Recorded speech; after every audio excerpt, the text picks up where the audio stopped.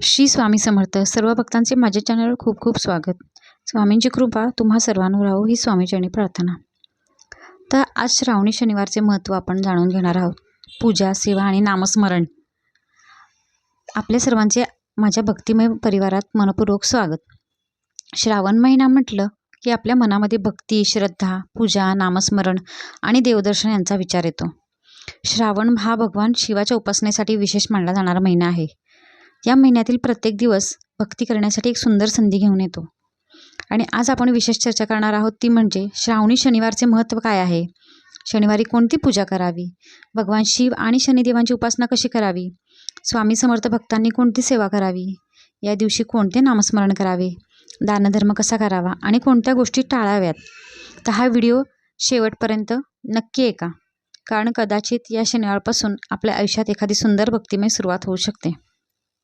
तर श्रावण महिना म्हणजे काय? श्रावण महिन्यामध्ये वातावरणात भक्तीचे वातावरण निर्माण होते. अनेक भक्त भगवान शिवाची पूजा करतात. काही भक्त सोमवारचे व्रत करतात, काही जण शनिवारचे करतात, काही जण मंदिरात जाऊन दर्शन घेतात, काही जण महामृत्युंजय मंत्र किंवा शिवनाम किंवा इतर स्तोत्रांचे पठण करतात. तर काही भक्त या काळात दानधर्म आणि सेवा करतात. पण लक्षात ठेवा, देवाला आपल्या पूजेतील दिखावा का नको असतो. देवाला आपल्या मनातील श्रद्धा, प्रेम आणि चांगला भाव हवा असतो. म्हणून आपण किती मोठी पूजा केली यापेक्षा ती पूजा किती श्रद्धेने केली हे अधिक महत्त्वाचे आहे. तर श्रावणी शनिवारचे महत्त्व आता आपण जाणून घेणार आहोत.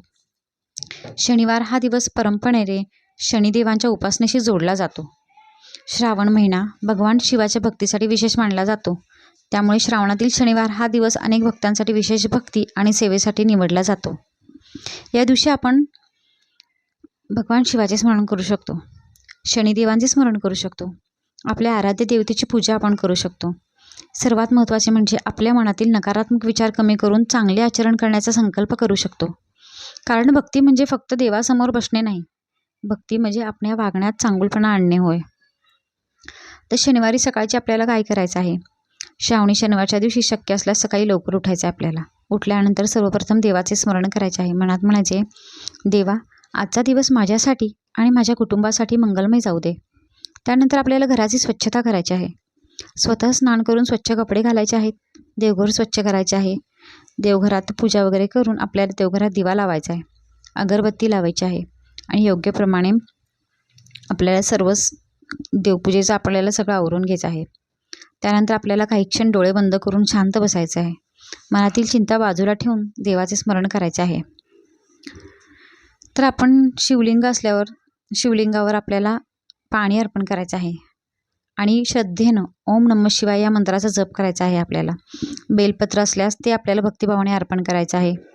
नंतर पूजेच्या वस्तू उपलब्ध नसतील तर आपण चिंता करत बसायचं नाही आहे. फक्त हात जोडून शिवाचे स्मरण केले तरी चालते. देवाला मनापासून केलेली प्रार्थना ही खूप आवडत असते. शनिवार असल्यामुळे आपल्याला शनिदेवांचे स्मरण करण्याची ही परंपरा आहे. शनिदेवांसमोर दिवा लावण्याची प्रथा अनेक ठिकाणी आढळते. परंतु कोणतीही पूजा करताना भीती बाळगण्याची गरज नाही. देवाला घाबरून नव्हे तर श्रद्धेने पूजा करावी. शनिदेवांचे स्मरण करताना आपल्या मनात एक भाव ठेवा, माझ्याकडून जाणून अजाणून झालेल्या चुका मला क्षमा करा आणि मला योग्य मार्ग दाखवण्याची बुद्धी द्या, असं आपण आठवणीने शनिदेवांना म्हणायचं आहे. तर आता स्वामी भक्तांनी आता आपण काय करायचं आहे? जर तुम्ही स्वामी समर्थांचे भक्त असाल तर श्रावणी शनिवारच्या दिवशी स्वामींचे नामस्मरण अवश्य करू शकता. देवघरात स्वामींचा फोटो किंवा मूर्ती असल्यास त्यासमोर दिवा लावायचा आहे, हात जोडून प्रार्थना करायची आणि शांतपणे म्हणायचे, श्री स्वामी समर्थ, श्री स्वामी समर्थ, श्री स्वामी समर्थ, असं आपल्याला नामस्मरण करायचं आहे. नामस्मरण करताना अजिबात घाई करायची नाही आहे, मोठ्याने म्हणायचंही नाही आहे. आपण अगदी शांत स्वरात म्हणायचं आहे किंवा मनातल्या मनात म्हणायचं आहे. तुम्ही कधीही म्हणू शकता, काम करताना म्हणू शकता, स्वयंपाक करताना म्हणू शकता, प्रवास करताना म्हणू शकता, जेव्हा आपलं अस्वस्थ असेल मन तेव्हाही तुम्ही म्हणू शकता. देवाचे नामस्मरण करण्यासाठी कोणतीही मोठी आवश्यकता म्हणजे कुठल्याही मोठी हे करायची गरज नसते. आपण मनापासून केलेली सेवा देवाला खूप आवडते. तर संकटाच्या काळात आपल्याला नामस्मरण कसं करायचं आहे? आपल्या आयुष्यात खूप काही गोष्टी घडत असतात, काही अडचणी असतात, आर्थिक समस्या असतात, घरातील समस्या असते, मनातील चिंता असते, आपल्याला भविष्याची काळजी वाटत असते. आपण एकटे नाही हे स्वतःला आठवून द्या. स्वामींच्या चरणी आपली चिंता अर्पण करायची. आपल्याला शांतपणे नामस्मरण करायचं आहे. स्वामी महाराज, माझी समस्या मला समजत नाही, पण मला योग्य मार्ग दाखवा, असं आपण स्वामींना म्हणायचं आहे. आणि आपण प्रार्थना चालू ठेवायची आपली. तर आपल्याला श्रावणी शनिवारच्या दिवशी काय काय सेवा करू शकतो आपण? श्रावणी शनिवारच्या दिवशी आपण आपल्या क्षमतेनुसार सेवा करू शकतो. सेवा करण्यासाठी मोठे पैसे असणे आवश्यक नाही किंवा मोठेपणा दाखवण्याची आवश्यकता नाही. आपण एखाद्या गरजू व्यक्तीला अन्न देऊ शकतो, एखाद्या वृद्ध व्यक्तीला मदत करू शकतो, पक्ष्यांसाठी पाणी ठेवू शकतो, प्राण्यांना योग्य प्रकारे अन्न पाणी देऊ शकतो, गरजू लोकांना शैक्षणिक साहित्य देऊ शकतो, वृद्ध व्यक्तींची प्रेमाने सेवा करू शकतो, एखाद्याला चांगले शब्द बोलू शकतो. आणि लक्षात ठेवा, कधीकधी एखाद्याला दिलेले 2 प्रेमाचे शब्दही मोठी सेवा ठरू शकतात. तर या महिन्यात आपल्याला अन्नदानाचे पण खूप महत्त्व असते. अन्नदानाबद्दल आपल्याला संस्कृती विशेष आदर आहे. दान करताना फोटो काढून प्रसिद्धी करण्यापेक्षा मनापासून सेवा करण्याचा भाव ठेवा. दान म्हणजे केवळ वस्तू देणे नाही, दानामध्ये प्रेम असावे, समोरच्या व्यक्तीचा अपमान होणार नाही याची काळजी घ्यावी. तर श्रावणी शनिवारच्या दिवशी घरामध्ये शक्य तितके शांत आणि सकारात्मक वातावरण ठेवण्याचा प्रयत्न करा. अनावश्यक वाद टाळा, एकमेकांशी प्रेमाने बोला, घरातील मोठ्या व्यक्तींचा आशीर्वाद घ्या, मुलांशी प्रेमाने बोला. काही वेळ संपूर्ण कुटुंबाने एकत्र बसून देवाचे नामस्मरण केले तर तो क्षण खूप सुंदर होऊ शकतो. तर महिलांनी सेवा काय करायची? आपल्याला घरातील देवघर स्वच्छ करून दिवा लावायचा आहे, शिवाचे नामस्मरण करायचे आहे, शनिदेवांचे स्मरण करायचे आहे, स्वामी समर्थांचे नामस्मरण करायचे आहे. पूजा करताना अनावश्यक ताण घ्यायचा नाही. आपल्याला भक्ती ही मनाला आनंद देणारी असावी. व्रत आणि उपवासाबद्दल आपण जाणून घेऊयात. काही जण शनिवारचा उपवास करतात. जर तुम्ही उपवास करत असाल तो आपल्या आरोग्याला आणि घरच्या परंपरेला योग्य असेल तरच करा. काहींना उपवास करणे बंधनकारक नाही आहे, कारण की उपवास काहींना झेपतो, काहींना नाही झेपत, काहींना त्रास होतो. तर तुम्ही नाही केलात तरी चालेल, फक्त देवाचे नामस्मरण चांगल्या मनाने करायचे आपल्याला. आणि देवाचे नामस्मरण करताना आपले आचरण आपल्याला स्वच्छ ठेवायचे आहे. त्याच्यानंतर आपल्याला रात्रीची प्रार्थना करायची की आजच्या दिवशी माझ्याकडून काही चूक झाली असेल तर मला क्षमा करा, असे आपण रात्री झोपण्यापूर्वी देवाचे आभार मानायचे आहेत. माझ्या कुटुंबातील सर्वांना सुख, शांती आणि समृद्धी द्या, असेही म्हणायचे आपल्याला.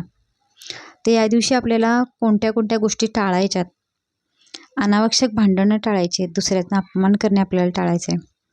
शनिवारच्या दिवशी आपण खोटे बोलणे टाळायचा प्रयत्न करायचा आहे. कोणाचे नुकसान करण्याचा विचार आपण करायचा नाही आहे. अंधश्रद्धेच्या भीतीमुळे चुकीचे किंवा धोकादायक उपाय करायचे नाहीत आपल्याला. देवाच्या नावाने दुसऱ्याला घाबरवायचं नाही आहे. आणि सर्वात महत्त्वाचे म्हणजे देवावर श्रद्धा ठेवा, पण आपल्या कर्तव्यापासून दूर जाऊ नका. एक छोटासा भक्तिमय संकल्प आपल्याला या दिवशी करायचा आहे. मी कोणाचे वाईट करणार नाही, माझ्या क्षमतेनुसार गरजू व्यक्तीला मी मदत करेन, दररोज काही वेळ देवाचे नामस्मरण करेल, आईवडील आणि घरातील मोठ्या व्यक्तींचा आदर करेन, मनामध्ये राग द्वेष वाढू नये यासाठी प्रयत्न करेन, आणि संकट आले तरी घाबरून न जाता श्रद्धा आणि धैर्याने त्याला सामोरं जाईन. हा संकल्प आपण मनापासून करायचा आहे. कधी कधी आपल्याला असं वाटत असतं, माझ्यावरच एवढी संकटे काय येतात? पण प्रत्येक संकटाचा अर्थ आपण एकटे असतो का? तर असं नाही आहे. कठीण काळात आपण स्वतः मजबूत ठेवणं खूप गरजेचं असतं. मन मजबूत ठेवायचं आपल्याला. आपली श्रद्धा देवावरची टिकवायची गरजेचं असतं. त्याचबरोबर आपल्याला एक प्रयत्न करणं गरजेचं असतं, स्वामींचं नामस्मरण. आपण आपल्या जबाबदाऱ्या विसरून टाकायच्या नाही आहेत. देवावर श्रद्धा ठेवायची आहे, पण त्याबरोबर आपण योग्य कर्म करत राहायचं आहे. तर सगळ्यात शेवटी आपण स्वामींच्या चरणी प्रार्थना करूयात. डोळे बंद करा, मन शांत करा आणि मनात स्वामींचे रूप आठवा. हे स्वामी महाराज, माझ्या घरावर आपली कृपादृष्टी राहू द्या. माझ्या कुटुंबातील सर्वांना सुख, शांती आणि समृद्धी द्या. सगळ्यांच्या आयुष्यात अडचणी आहेत त्यांना धैर्य द्या. ज्यांच्या मनात चिंता आहे त्यांना मानसिक आधार द्या. ज्यांना योग्य मार्ग दिसत नाही त्यांना योग्य दिशा दिसू द्या. माझ्या मनात भक्ती, प्रेम आणि समाधान वाढू द्या. स्वामी महाराज, आपण आपल्या चरणांशी जोडून ठेवा मला. आणि श्री स्वामी समर्थ म्हणून आपल्याला हे सगळं मनापासून करायचं आहे. जर तुम्हाला हा व्हिडिओ आवडला असेल तर लाईक, शेअर आणि सबस्क्राईब जरूर करा. अशाच व्हिडिओसाठी आपण पुन्हा भेटूयात. श्री स्वामी समर्थ.